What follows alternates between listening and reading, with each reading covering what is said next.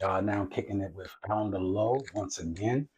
I want to discuss my book, Thinking, Decide, and Change Equals Success. I'm on chapter 4. I'm just giving a general breakdown of why I wrote the book, and each chapter and what it meant to success upon re-entering society from prison. So I'm going to jump right into it. Chapter 4. Chapter 4 talks about conflict resolution. What is conflict? Using conflict resolution constructively. Um, Destructive conflict, the dangers of destructive behavior, the importance of constructive conflict resolution. So, y'all know me, close the book. Can't nobody tell your story better than you. So let's talk about conflict.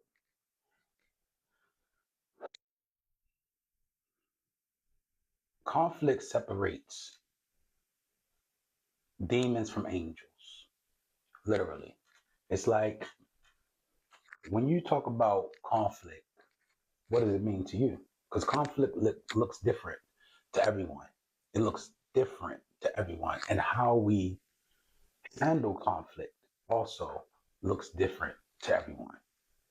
So for me, when I think about conflict and many different situations, whether it's between husband and wife, father, son, mother, daughter, mother, son, father, daughter, co-worker, management, associate, road rage. Conflict can appear anywhere. It can appear at a grocery store, last milk on the shelf. You reach for it, someone else reach for it, they snatch it. That's conflict. Conflict is you going down an aisle, and when you're about to come to the end of the aisle, you're supposed to stop, but someone swings right out. Kids right there, maybe someone elderly right there that can't move fast enough. It's many levels of conflict, and how do we manage it? It was a saying that was created, and I use it: be the bigger man, right? But what do you tell a woman? You know what I'm saying? But anyway, so it says be the bigger man. Right? When I was in prison, I understood what be the bigger man is. When you're in the child line, which is time to eat breakfast, lunch, or dinner, and there is zero tolerance for rooting the line. If you root the line, the correctional officers will direct you back to the end of the line. Even if you was in the middle and you jump to the front, you still going to the end of the line. Now that's on a correctional officer's duty. If you root the line and there's a wolf, not a sheep, y'all gonna hear me use this term all the time. There's a wolf, not a sheep, in line. As you're coming across, he might reach out and grab your neck and shove you to the back. It depends how hungry he is. Most men and women who go to chow are hungry. They're hungry. Where else would you go? Some people go just to get out the cell. Some people go to give their trade to a friend, a partner, another inmate. But in all actuality, most people go and eat something off their tray. So being a truck driver now for the past nine years, you know, or having my CDL, it's about 8 years. I'm apologize, about 8 years, right? I I just learned about road rage and giving the right of way. And I apply it to, you have hard and soft skills, but you can apply it all around your life, right? So giving the right of way. We all know that merging is like a serious and critical crash point. When someone is merging into the lane from off of a highway, this is a serious crash point. So being a tractor trailer driver, we are supposed to be in the right lane most of the time. And because we are slower vehicles. And a car may come And you have a lot of drivers, man. They have their licenses. We all know this world ain't perfect. They cannot drive. They'll come merge and let's say you're doing speed limit is 55. They're doing 50 trying to merge, 45, 30 trying to merge. The objective is to merge into traffic. In order to merge into traffic, you have to go the speed of the traffic or 5 miles higher to jump over, or 5 miles slower. However you look at it, right? You're either getting in the back of a vehicle or you're getting in front of a vehicle. And the biggest issue that we have is that we have unconsciousness. We have people who are distracted. Um, and listen, y'all, I am a truck driver first because that's my number one career. That's my money maker. So I'm gonna use a lot of references from prison, truck driving, and now that I'm a corporate businessman, I'm gonna use business also. So in life, say you married, I use personal. I like to use my personal self. One day, I cooked, I cleaned, and I just did everything around the house. I mowed the lawn. I felt good that day. You know how you wake up and you just feel like, yes, I'm alive. Another day alive, another day free. I'm a happy person most of the time. And I was so happy. I was doing it for my wife. My wife was so beautiful. I loved her personality and everything. And I just was like, I gotta do this for my wife, right?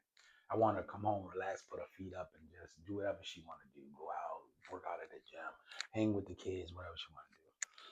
She came home, and she was so sad. It was like a sunken sadness.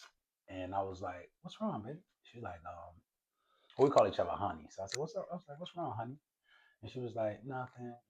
People be when it's something wrong and they don't want to really tell you. It makes you feel like it's you. When it really could be like, be you. But this is where communication comes in, right?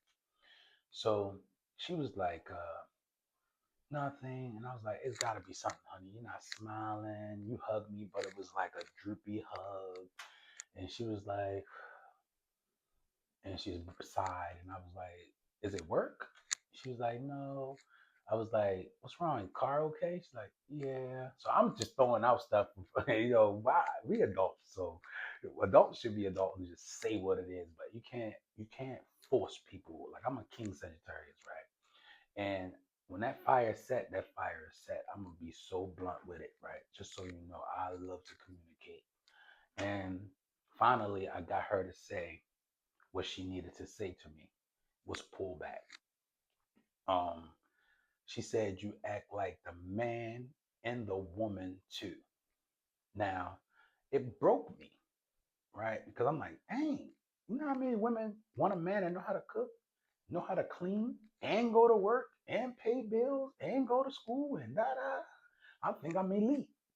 Whole time I'm failing in the eyes of the woman I'm supposed to be with for the rest of my life. So also, this is where conflict arises. If you do not know what your partner wants, needs, and y'all not discussing it and communicating openly, then there's always going to be a disconnect.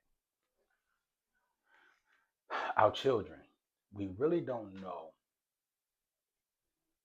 where they're headed because they don't know. A lot of parents, what we do is we find things that we may like or think our child may like, and we automatically say, you should play basketball, you should play football, you should do tennis, you should get a piano, you should do violin, you should do swimming. Now, there's nothing wrong with coaching and mentoring our children and saying, hey, this is something that I think you'll be great at. So you give them the, the option to choose. We got to stop taking people options and choices away. Everyone is their own individual, right? And with children, the conflict always arises because they're growing people. They're little adults. And we have to look at them as little adults because in life, they're growing to be an adult. So that means we have to coach and mentor and instill in them everything they may need to be successful as an adult, right? That's what coaching and mentoring is.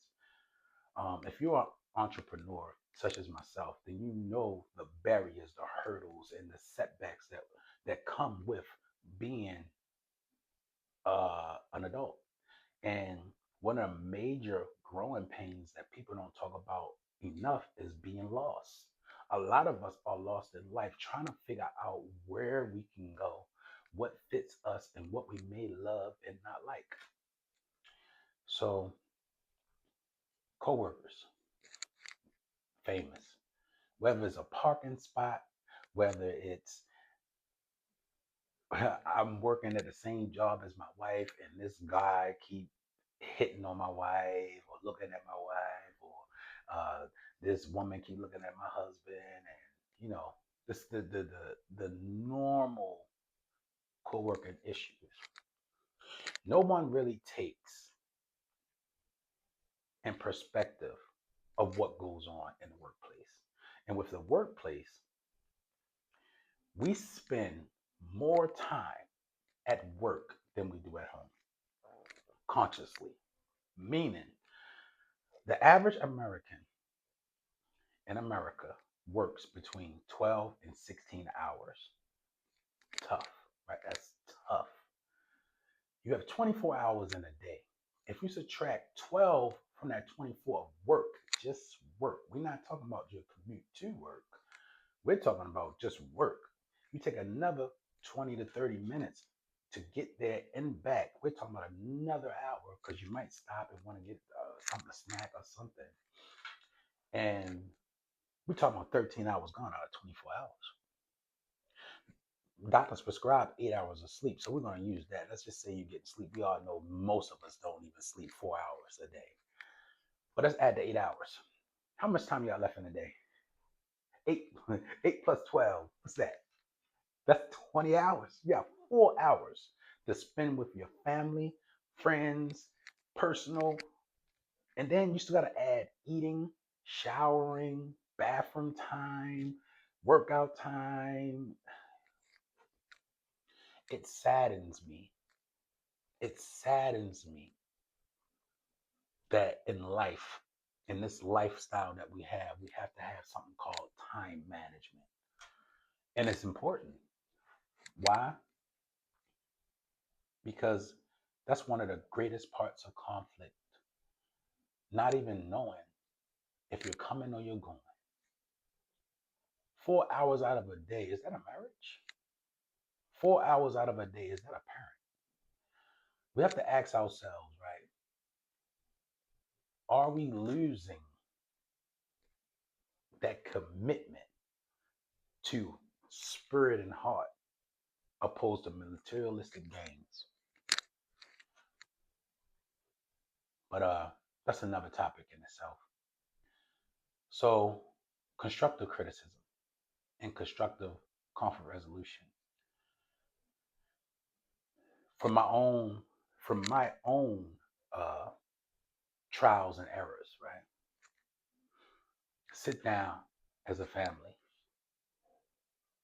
go on walks as a couple and a family, go to the park, make it your business in your day to ask your child, hey, son, what classes you have that are bothering you right now?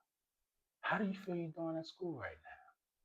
How is your friendships right now? You feel like you're being bullied in school right now? Visit on a lunch break. Take one of your vacation days or a sick day and go to your children's school. Go see what's happening. Um, sit your wife or your husband or your girlfriend or your boyfriend down and say, "Hey, am I doing my job still? Am I holding up? We've been together a year, but are you happy truly?" We don't ask the right questions.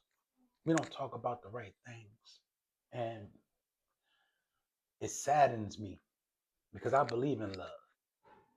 I believe it lives. I believe it thrives only in the ones who want it. But you have to want it first. You have to want it. Um, that's 14 minutes. I wanted to do a little 15-minute clip. Try not to stretch it out, but y'all get it. To be constructive with criticism is always the positive route. There's nothing wrong with asking questions. There's nothing wrong with apologizing.